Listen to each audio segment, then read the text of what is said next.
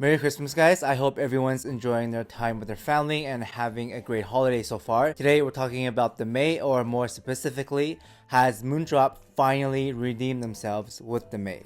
Well, sort of. Handbag design aside, the May is another Harman diffuse field IEM. I don't know why they released it in late 2023 or like almost 2024, but the overall sound is slightly warm but also slightly airy, so a warm Harman diffuse field if you like. The playback is comforting and smooth like you're beside a warm fire pit. It's basically the Moondrop Land but with more low end. Bass wise, the texture on the May is it's alright, similar level as the LAN and the other cheaper Harman diffuse field sets, so pretty average, not as resolving as the Araya 2 and the EW200, just in terms of note weight, impact, and texture, as the quality of the driver isn't the same or on the same level. If you like a neutral and clean sound, then the May is going to sound two colored with that extra low end. I wouldn't say it's bloated, but male and female vocals do sound huskier, a little bit warmer, a little bit more colored, and not as clear and resolving versus the Araya 2 and the EW200. Well, for the most part, because Sci-Fi QC and unit variants. The actual soundstage on the May is also around the same as the other two, but because the bass is more audible and more forward, there's just more bass, it takes away some of the focus from the other frequencies and makes the stage a little more intimate. It's still decently airy with good treble extension for the price, pretty smooth but just warmer. In terms of overall separation and resolution, versus the Araya and the EW200, the May is a slight step back and not as sharp in the notes, but it's pretty close. If you EQ down the low end with the Moondrop app and the DAC DSP, it does sound cleaner. The timbre can also be a bit light with the DSP. There's no distortion, there's no noise or lag or anything like that, but the imaging is more floaty versus analog. Still pretty close though. Most people won't be able to tell the difference unless you're like A-Bing the two cables side by side, so you'll be fine. Timbre wise, you don't hear much of the planar, so again, pretty smooth.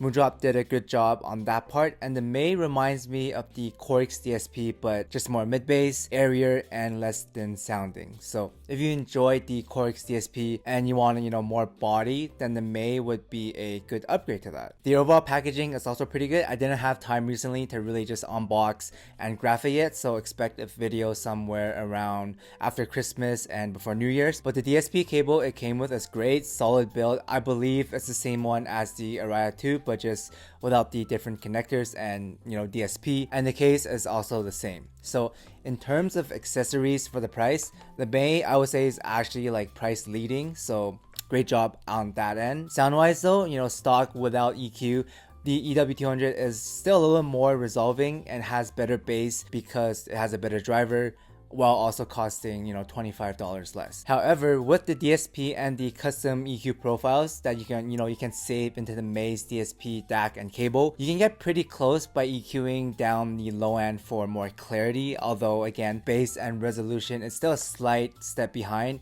and won't be as good because of the driver differences. So basically, you're kind of just paying for the accessories again, but at least this time it's not $85, I mean $89, it's $65. And this time you also have the option of saving your own EQ profile and having more flexibility in that end with the DSP DAC. All in all, it really comes down to, do you find the May's better cable and case and the EQ option worth it for $25 more and less resolving over the EW200? For me, no, because the sound is still a small step behind the EW200 and the Araya 2, yet it still costs more than the EW200. And if I'm going to EQ anyways, I'll just use an app or software on my computer to do so. So why pay the extra $25? Again, I would only buy the May for the accessory, which I think are great, like the Araya 2, and actually worth this time because it's not $89,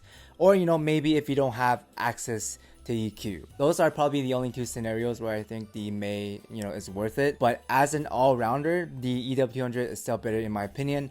Less colored, more more all-rounded, more balanced, I guess. Better performance, $25 less.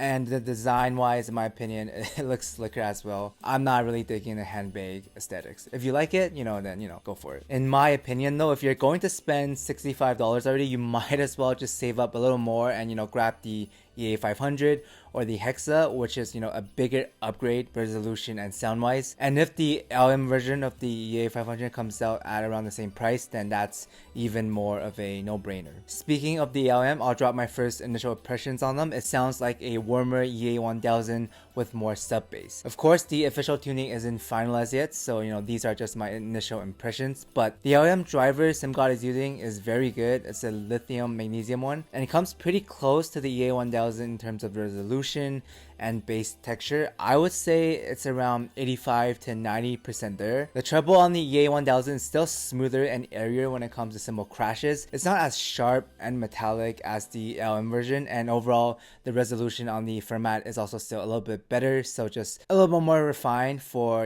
I think around 2 times more. If the LM ends up being around $80, $100, so 2 times less, then it's going to be a very good value. Like the timbre and bass texture on the LM is pretty close, like very close to the EA1000s. It would just pretty much be class leading if it was priced under $100. It's also smoother and less sharp than the EA500 while upgrading the bass and a little bit of the resolution. So if you found the EA500 and the EA1000s to be a little bit too bright, then the LM would be the perfect balance to those two. Now, I'm not sure when SimGod is going to release the the LM version, and I don't want to overhype it or anything, but keep an eye out for it. I think it could be a great set with the way SimGod is tuning it right now. That aside, the May gets a half recommendation from me. It's a warm and airy, relaxed, smooth signature. It's not going to be very resolving like the EW200 and the Araya 2, but it does come with like a, DSP EQ option as well as better accessories. So overall, it's still a little bit better than the Araya 2, but in my opinion, I would just either get the EW200 or just save up for like the EA500, Nova even when it goes on sale. If Moondrop priced the Mate at around $40 to $50 as a, relaxing, warm, airy set, it would be a very good, counter option to the EW200, but it's $65 and the EW200 is still just better all-rounder because it has a better driver, and in my opinion, it looks better as well. But yeah. That aside, thanks for watching, guys. Again, I wish everyone a great Christmas. The draw for the Audio Hype 2 and the other giveaways will be in the next video, so stay tuned for that one. But take care and happy holidays.